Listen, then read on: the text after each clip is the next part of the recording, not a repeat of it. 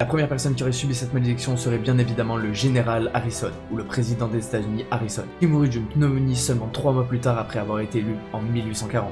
La seconde personne qui subira cette malédiction sera Abraham Lincoln, qui sera élu en 1860 et qui sera assassiné brutalement 5 ans plus tard.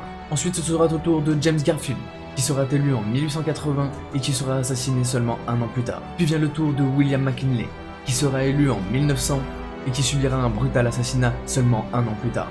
En 1920, c'est le président des États-Unis Harding qui est mort seulement 3 ans plus tard dans des conditions mystérieuses dont beaucoup de personnes parlent d'empoisonnement. Puis Franklin Roosevelt qui sera élu président des États-Unis et qui mourut seulement 5 ans plus tard d'une hémorragie cérébrale. Et ce, seulement quelques semaines après avoir signé les accords de Yalt.